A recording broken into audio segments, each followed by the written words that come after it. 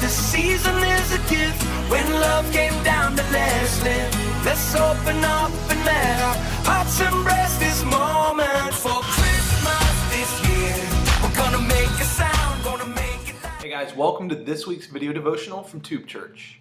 You know, if you're like me, you find yourself going to Walmart an awful lot for your shopping. And one thing that I've noticed every single year at Walmart is right around November, they start to put out all their Christmas ornaments and their Christmas decorations, and they really start preparing for Christmas. And you'll usually hear Christmas carols being played across the speakers in the store. You'll have entire sections of the store just dedicated to Christmas, and you'll have, you know, wrapping paper and Christmas ornaments and Christmas decorations and Christmas trees and all these things just preparing for Christmas.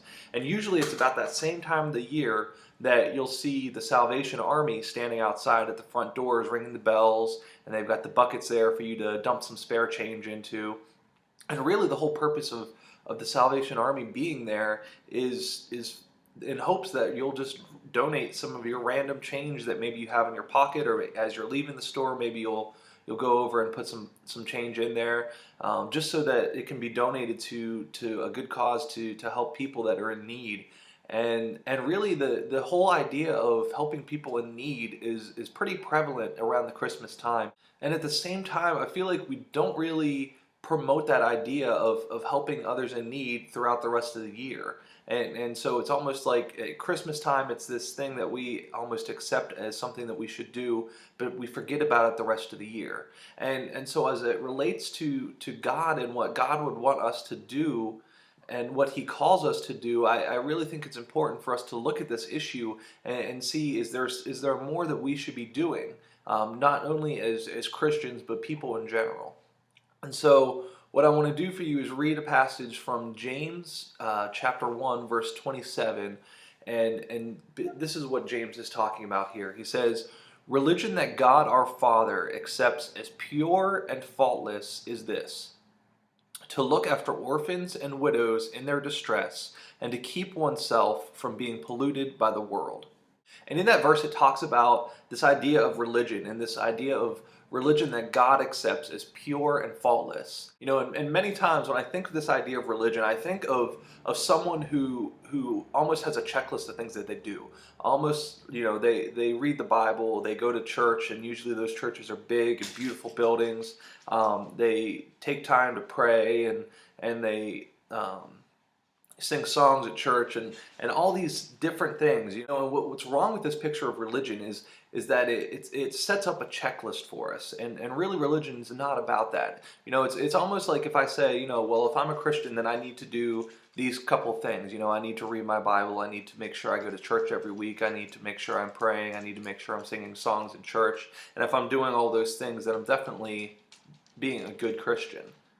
And not that those things are bad things to do, but when we get into this mentality of this checklist mentality of doing things, that's not really what religion's about. That's not really what a relationship with God is all about. And that's what this verse talks about, is God wants more from us than just this checklist of things to do. You know, and James kind of talks to this, saying that Christianity and your relationship with God should not just be this checklist of things that you need to do, but that it should be faith put into action. When we have this relationship with God, when we have this faith, trust in God, we should be doing more than just a checklist of things. We should have actual action coming out of our faith and coming out of our heart, just in wanting to help others. And that's really what he's talking about when he says that we should be, true religion is helping orphans and widows in their distress, is that we're basically just, you know, saying, you know, who's in need right now? Like, looking around, whether it's in your life or whether it's in your city, whether it's in the world, and seeing where the need is at. You know, and it's so easy for us to look over people that are in need, to see homeless people on the streets, to see people maybe in the news that aren't really directly tied to your life, or maybe you just see anybody. Like maybe you maybe even have people in your life that are in need, and you don't really feel like helping them. And it's so easy for us sometimes to just look over the people that are in need and think, you know, I really shouldn't have to help them. That's not my problem. That's not my place to be helping them. But really what God wants from us is to reach out to those people and to help them in any way we can. And that's going to look different to each and every person. It's going to look different for me, and it's going to look different for you, how you're able to help these people. You know, some people are going to be able to give financially. Some people are going to be able to just give in prayer. Some people are going to be able to give by bringing food to to somebody. There's so many different ways that we can help, and we all have different gifts, and we all have different ways that we can give to people that are in need in our lives, in our communities, and around the world. And I'm not just saying, when you're at Walmart on around Christmas time, drop some change in the bucket and then feel good about yourself. I mean, that's definitely something you can do to help, but I think really this idea is bigger. But this idea is kind of really, it's bigger, and it goes beyond just giving around Christmas time, and it goes to giving throughout the entire year. And just to give you an example of, you might be thinking, you know what, I can't really do a whole lot to help anybody. I mean, just to give an example of an area of need, I mean, I'm sure everybody who's watching this has heard about the horrible thing that happened in Connecticut with the shooter, and obviously just a huge tragedy there, and lots of families are now without children, lots of families are without their loved ones, and really it's a very helpless feeling situation, and it's tough for a lot of us to really understand and comprehend, and just wrap our minds around. And the best thing that we can do is pray. The best thing that I can think to do for myself in ways to help these families and the people that are really hurting and are really in need in that community is just to pray for them, and pray for God to just bring healing to the people that are hurting, whether it's the families that lost somebody, or the families that are even fortunate enough to still have their children and didn't lose anybody, but just that whole innocence of their childhood was robbed, and now they have to deal with this reality of an ugliness of the world, and so just the best thing that a lot of us can do is just take time to pray for them, and just ask God to bring the healing that only God can bring, and so that's just one way that I'm trying to be proactive in this idea, and is an easy way for you guys even to be proactive in this idea of just helping people in need. And obviously, I mean, that's just one example of something that I've done, and really I don't know what you guys are capable of doing. I don't know how capable you guys are of helping other people in your community or around the world. But just know that God wants you to meet the needs of the needy. If you see someone in need, do something to help them. If I know a lot of people, if you go to a bigger city, you'll see homeless people, and they're begging for change. And a lot of people will say, you shouldn't really give them money because they're just going to go spend it on booze or drugs or whatever. And so my thing there is, if you want to give to them, but you want to make sure that they spend it on the right things. If you want to make sure that they have a warm meal, then go buy them a meal. There's so many different things ways to be creative to help others. And when we do give to those that we see in need, God really wants it to come from the pureness of our heart. We shouldn't be giving to the needy or to some kind of organization or whatever we're doing with this idea of trying to gain something out of it.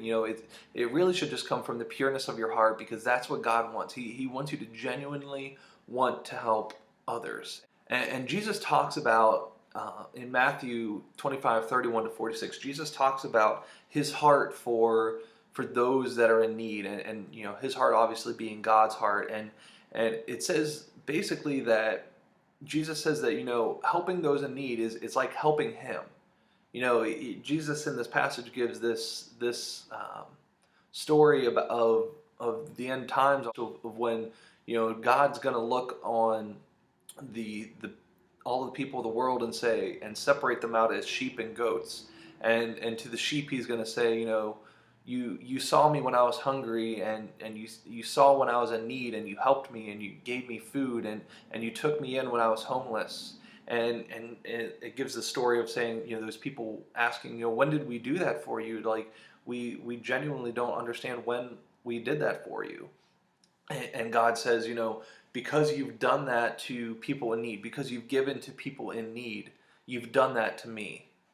And then he looks at the people that he separated out, and uses the example of goats, and says, because you have not helped those in need, because you have not given me food when I was hungry, because you have not visited me when I was in prison, because you have not taken me in when I was homeless, then I have nothing to do with you. And those people ask the same question. They say, when did we see you when you were hungry? When were you in prison for us to even visit you? When were we seeing you homeless and when we didn't invite you in? Jesus says very clearly, whatever you have not done to those in need, you have done unto me. So God clearly takes this idea of helping others very seriously, and it's very important for us to make sure that we're doing something to help those that are in need. And my challenge to you guys this week would be to see where you can find the need. If someone in your life has some kind of need, can you meet it? If someone in your community has needs, see how you can meet it. If someone worldwide has some kind of a need, see how you can meet it. There's something we can do on some level to help the people that are in need. And so that's my encouragement to you guys is see what you can do every single day, every single week, to do your best to help those that are in need. So love this season is a gift. When love came down to let's live. Let's open up and let our hearts embrace this moment for